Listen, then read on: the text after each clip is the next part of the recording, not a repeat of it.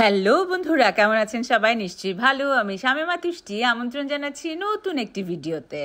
ইউএসের ফ্লোরিডা শহরে আমরা যাচ্ছিলাম একটা ইন্টারন্যাশনাল থিয়েটার ফেস্টিভ্যালে অংশগ্রহণ করবার জন্য। সাডেনলি আমরা যখন কাতার থেকে ইউএসের উদ্দেশ্যে রওনা হয়েছি, তখন হঠাৎ করেই আমরা শুনতে পেলাম আমাদের প্লেন নাকি ইউ টার্ন করছে। তো ইউ টার্ন করে কোথায় যাচ্ছে? পরে যখন জানতে পারলাম যে আমাদের ইঞ্জিন গোলযোগের জন্য খুব কাছাকাছি একটা এয়ারপোর্ট ছিল মাদ্রিদ, স্পেন, সেখানে আমাদেরকে ল্যান্ড করতে হবে। তো আমরা ল্যান্ড করলাম, কিন্তু কখন আমরা ইউএসএতে গিয়ে পৌঁছাবো, কি হবে, তার কোনো কিছুই আমাদের সাথে বলা হচ্ছিল না।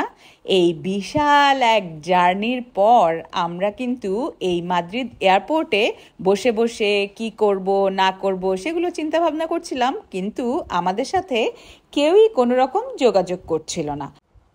তো কি আর করার, বসে বসে এই নতুন একটা শহরের এয়ারপোর্টকে এক্সপ্লোর করা ছাড়া আর কিছুই করার ছিল না।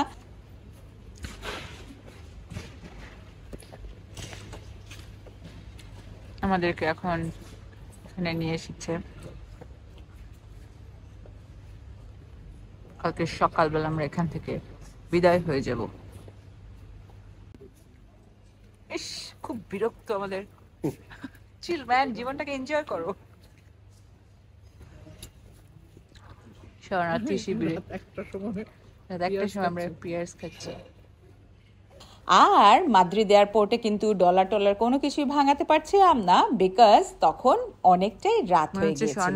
যাই হোক, অনেকক্ষণ অপেক্ষা এবং চিল্লাচিল্লি করার পর আমাদেরকে সেখানের একটা লাউঞ্জে নিয়ে যাওয়া হলো।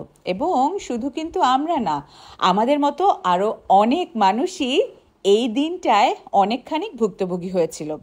আমার কাছে কিন্তু মনে হচ্ছিল কি জানো, আমার কাছে মনে হচ্ছিল আমরা কোনো একটা শরণার্থী শিবিরে এসে পৌঁছেছি। আমাদের তো লাগেজও সাথে ছিল না, যে কারণে প্রচণ্ড ঠান্ডার মধ্যে আমাদের যার যা কিছু ছিল হ্যান্ড লাগেজে, সেটা দিয়েই কোনো রকম রাত পার করবার জন্য দেখেন না কিভাবে করে আমরা যেখানে রাত সেখানে কাতের মতোই ঘুমিয়ে আমাদের সময় কাটানোর চেষ্টা করছিলাম।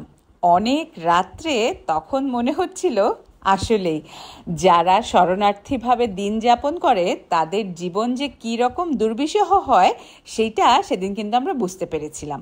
আজ এই পর্যন্তই, দেখা হবে আগামী পর্বে। বাই।